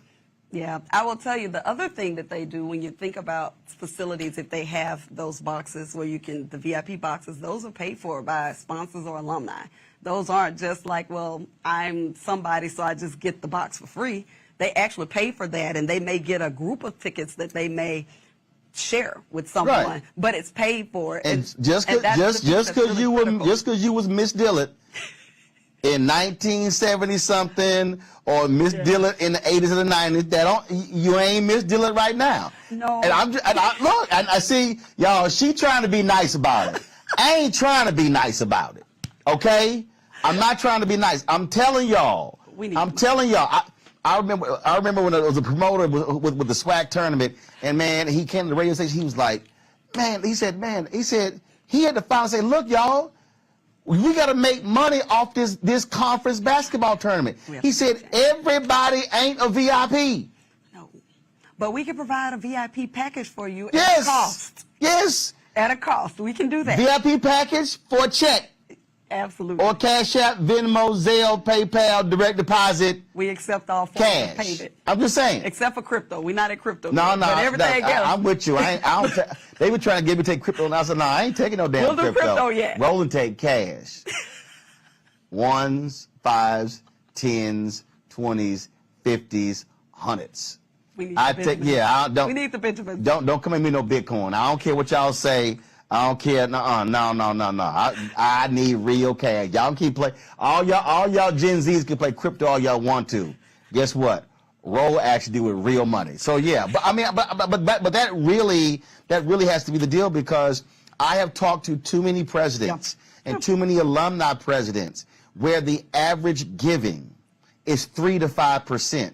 That means that all these people walking around in Philander Smith shirts and Tougaloo shirts and Xavier and Dillard and Fisk, 95% of them not sending a penny back to the university. Yeah. We have to decide that we want to contribute and support our own. So we definitely need the support.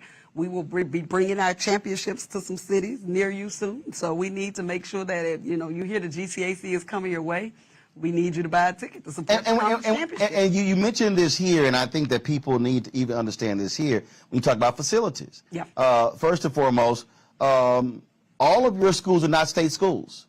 No, we're all private except for one school. There you go. We only have one public school, and that's Southern University of New Orleans. So you're not going to state legislators to get funding. And so when you talk about facilities, I mean, look, we understand.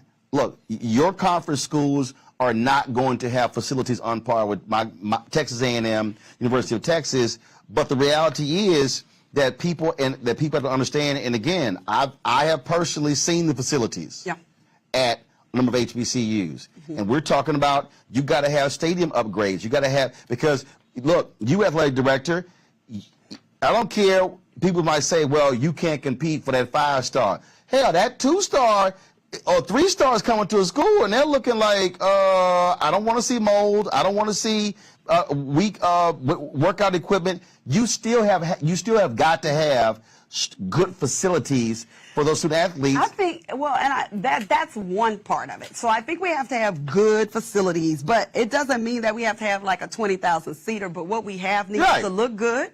One of the things when I was at Dillard that I did was, I mean, all their pictures are all over. When you come into our facility, it's literally a celebration of all the successes of former student athletes and current student athletes. So we've got Hall of Fame. We've got pictures of them winning academic awards, doing work in the facility. We have one hallway where when a student becomes an All-American athletically, there's a hallway with their banners. So when they walk in, it looks presentable. So, I mean, it's a 1,200 seater, but when you walk in, you feel a sense of pride. So I don't think it's... And then when you outside, parking lot's clean, grass is cut. I mean, all of that stuff. I think all those things contribute. So if we show up as our best self, I believe we can compete for 4 and 5 stars. But you can't fund that unless you got funding.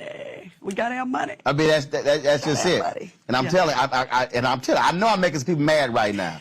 But they're gonna have to get over it because I'm telling you, that is, if we're gonna, you know, and see, here's the other thing, and I want you to speak to this here. So on BT Awards the other night, Diddy announced that he was giving Jackson State $1 million because what Deion Sanders is doing. He's giving his alma mater, Howard University, $1 million, and he said, you know, we've got to go play for us. And there are people who are watching me right now, and they're saying, oh man, you know, we got to have more of our black celebrities do that. But the reality is this: regular, ordinary folk who give $20, $25 can actually hit $1 million in the same way. So you've got to have. I mean, bottom line is this here: if you have 1,000 Dillard graduates, decide to say, I don't know what the Dillard basketball season package is, but let's just say it's $250. $250. I mean, that's game changer for that AD when that $1,000 times $250 is coming in every single year. You now can actually plan for your program. That definitely changes the game, and so you want to see some people get behind it. And I'll since we're talking about Dillard, I'll just throw it out there since that's one of my schools.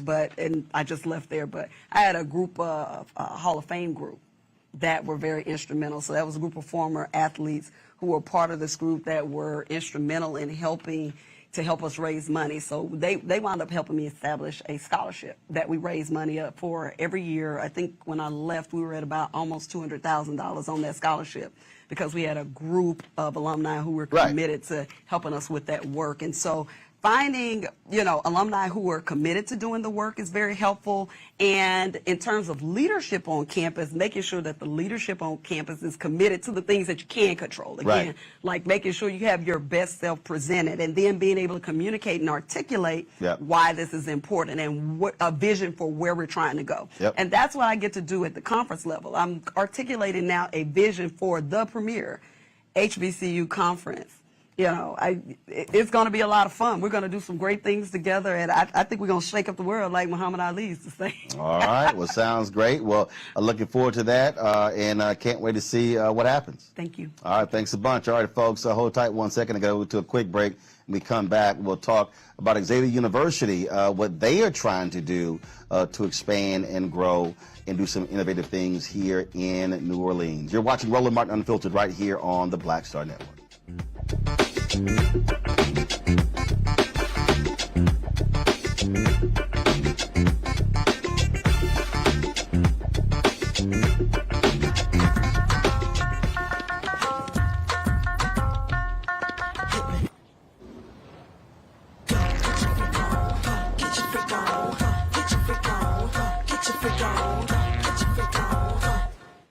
I'm Deborah Owens, America's Wealth Coach, and on the next Get Wealthy, what do the ultra wealthy know that most of us don't? Well, the truth is that there is financial exclusion, and unfortunately, far too many Black folks haven't had access to this knowledge, and that's exactly what we're going to talk about on our next Get Wealthy with Melinda Hightower, a banker who's doing something to share exactly what you need to do to make it into the high net worth status. They weren't just saving just to save, they were saving for a purpose. That's right here on Get Wealthy with me, America's Wealth Coach, only on Black Star Network. Love our new Alexa. It's a Buick. Yeah, Alexa. Buick. Alexa. It's a Buick. It's an Alexa. It's a Buick. It's an Alexa. Coach, that's a Buick. That's an Alexa. The Buick Enclave with available Alexa built in. Of course, I looked up to Spike Lee. Of course, who didn't? I mean, he's a genius. But then also, I was this kid from Brooklyn, that felt like, you know, give me my damn respect. I made this, this creative art, right, that people are responding to. And it would have been great if we had the opportunity to sit one-on-one. Hold on a second. Spike! Love, baby. So I'm in LA right now. I got a one-on-one series with my network, Black Star Network. And I'm interviewing Maddie Rich. I appreciate that, bro. That's a big moment, man. That was like, man, that was good. Got me all choked up. That's good. Well, I'm all about connecting. Appreciate that.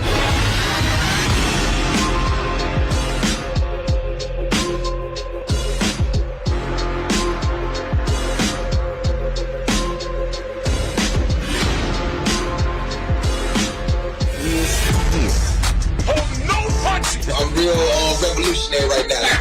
Support this man, Black Media. He makes sure that our stories are told. Thank you for being the voice of Black America, Roland. Stay black. I love y'all. All momentum we have now, we have to keep this going. The video looks phenomenal. See, there's a difference between Black Star Network and Black-owned media and something like CNN. You can't be black-owned media and be scared. It's time to be smart. Bring your eyeballs home. You dig?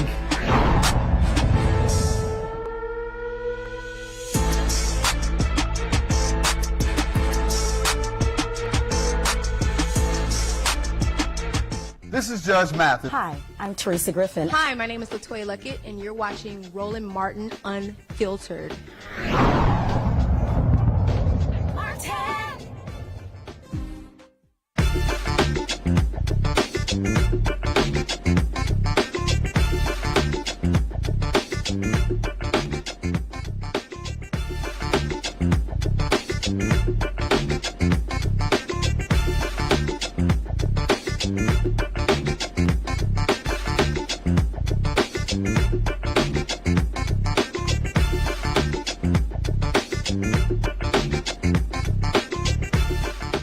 Hey, folks, welcome back to Roland Martin Unfiltered on the Black Star Network. We're broadcasting live from New Orleans. We know about Meharry Medical School. Most of our African-American doctors coming through Meharry. But people may not realize a significant number of them actually matriculate from Xavier University, majoring in medicine and science. But the folks at Xavier, they've decided to say, you know what?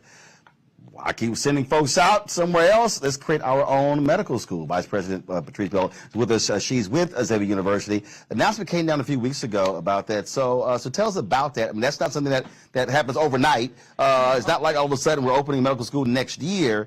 But how would y'all elaborate that decision? Sure, absolutely. So Xavier has a long and storied history of being the #1 producer of undergrads who go on to medical schools.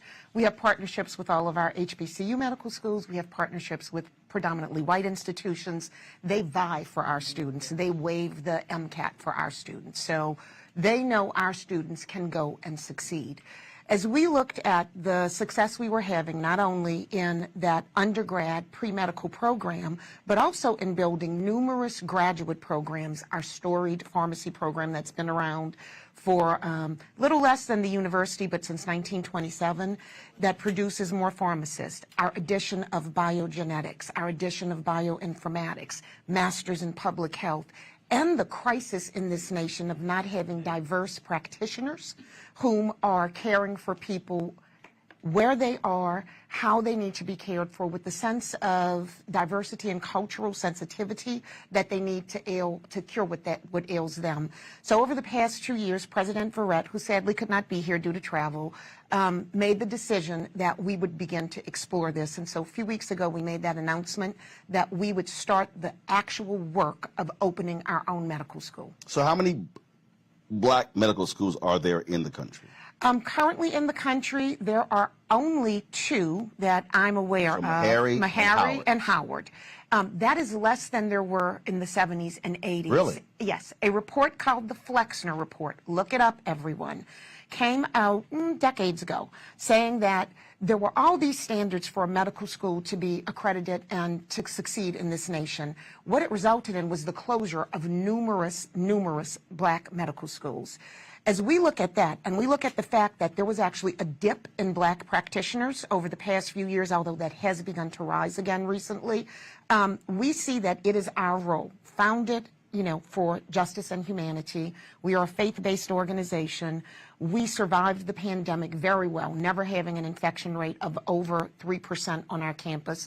Our president is an immunologist and a biochemist, really digging into the underlying issues that was causing the kind of infection and death rate we saw in our black and brown communities. We felt called to do this work and to begin to address it.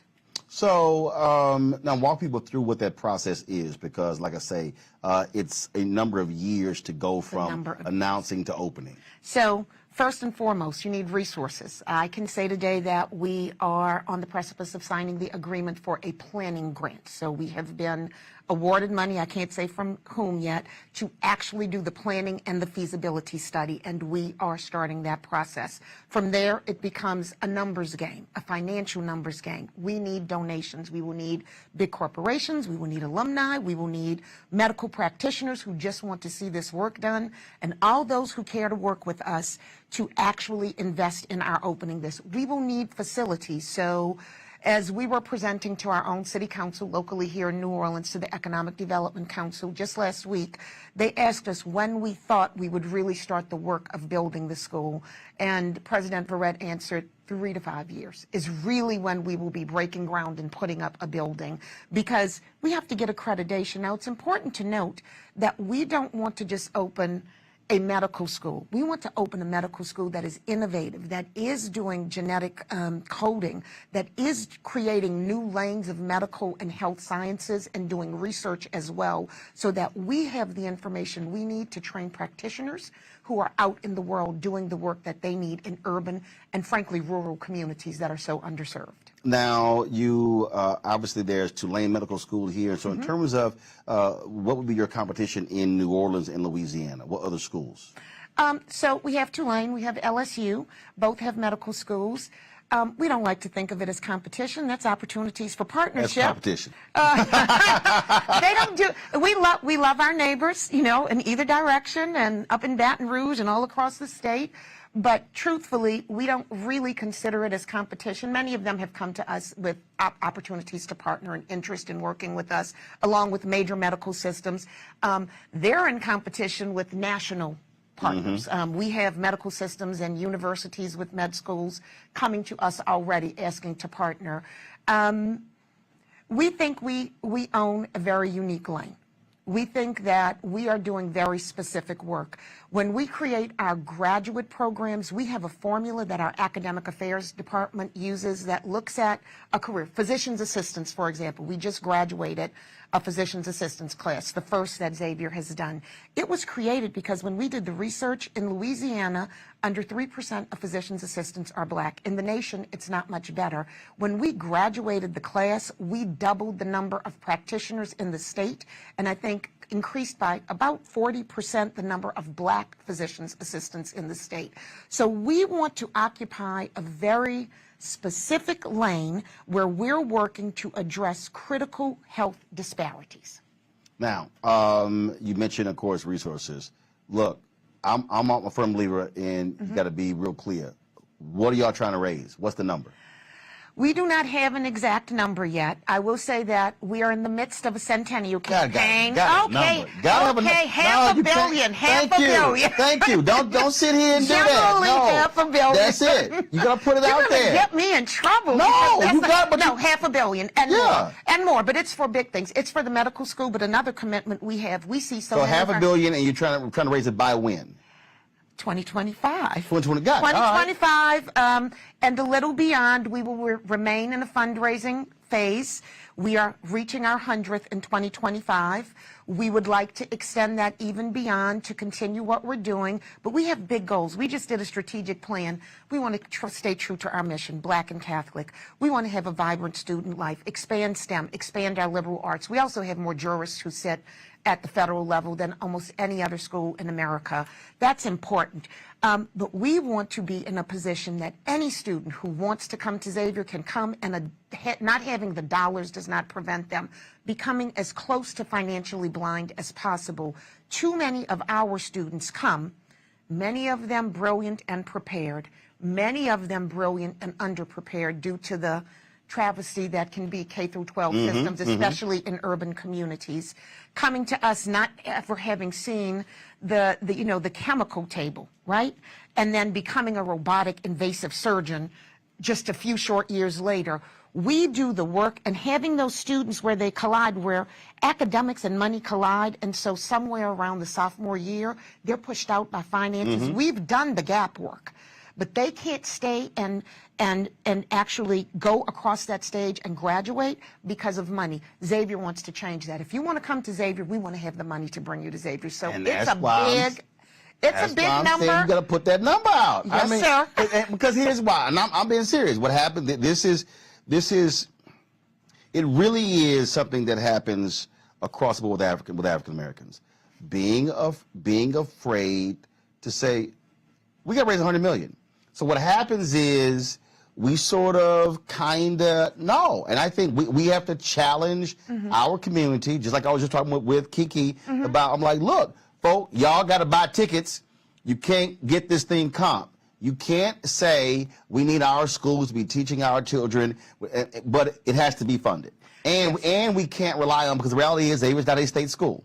No, it is not. And so in terms of your funding source, are you allied with any institution? You have some schools are tied to AME, tied to CME. You're Catholic, but you're independent. What are you? We are Catholic but independent. We are not run by the Roman Catholic Church. We were founded by Mother Catherine Drexel, who later became St. Catherine Drexel, with her own money. She was an heiress from Philadelphia and worked her way down to the Mississippi Delta, funding schools for blacks and Native Americans, right?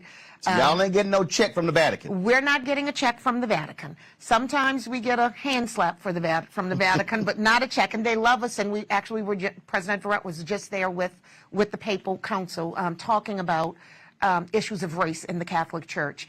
But we're not getting a big check from anywhere. We do receive federal dollars as we go after grants, like all the HBCUs. But our dollars research come from grants, things like those. Research grants. We did receive an infrastructure loan. Right. It's a loan, though. People think, oh, you got $100 million. It is a loan. We have to pay that back. It has not been forgiven.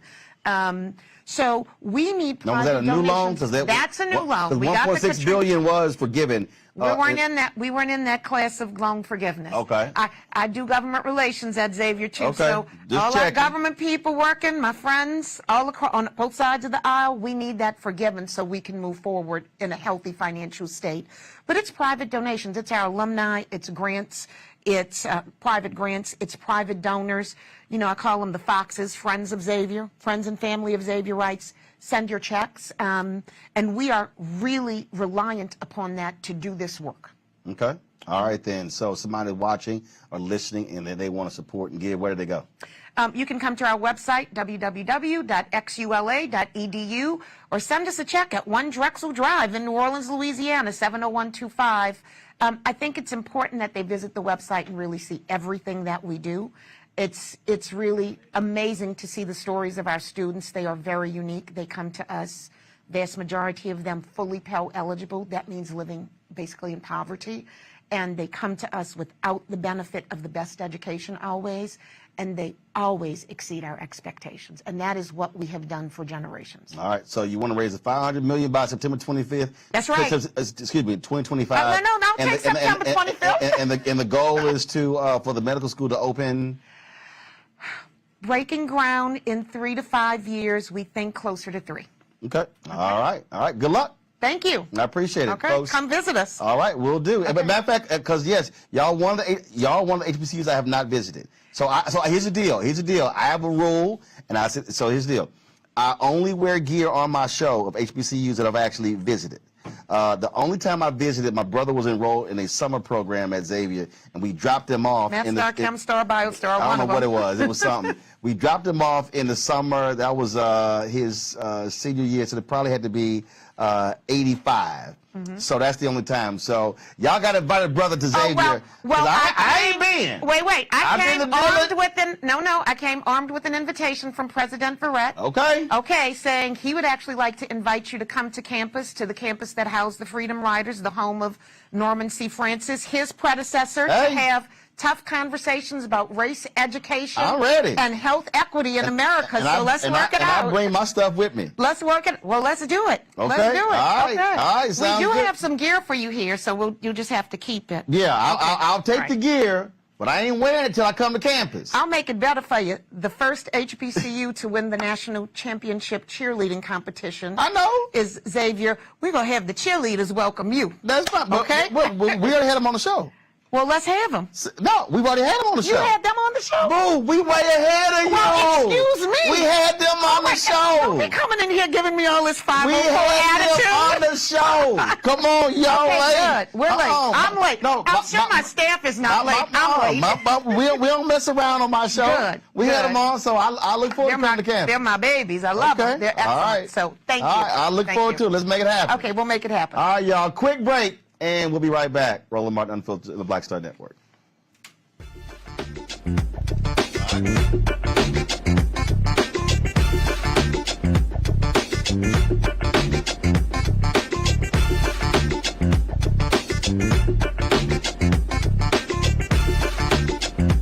Hi, I'm Dr. Jackie Hood Martin, and I have a question for you. Ever feel as if your life is teetering and the weight and pressure of the world is consistently on your shoulders? Well, let me tell you, living a balanced life isn't easy. Join me each Tuesday on Black Star Network for a Balanced Life with Dr. Jackie. We'll laugh together, cry together, pull ourselves together, and cheer each other on. So join me for new shows each Tuesday on Black Star Network, A Balanced Life with Dr. Jackie.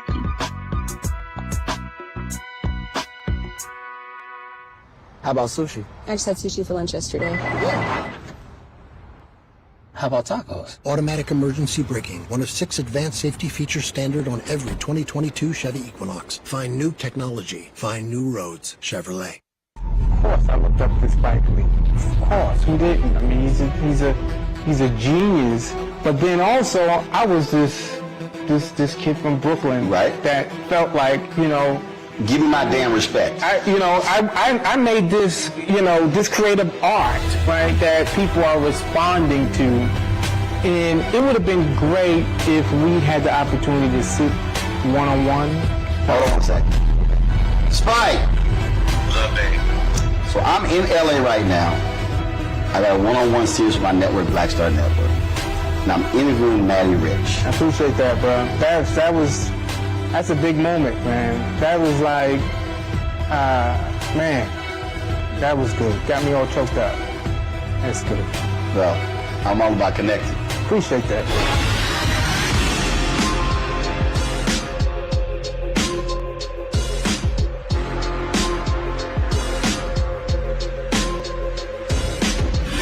Pull up a chair. Take your seat. The Black Tape with me, Dr. Greg Carr, here on the Black Star Network. Every week, we'll take a deeper dive into the world we're living in. Join the conversation only on the Black Star Network. Hi, I'm Vivian Green. Hi, this is Essence Atkins. Hey everybody, this is your man Fred Hammond, and you're watching Roland Martin, my man, Unfiltered.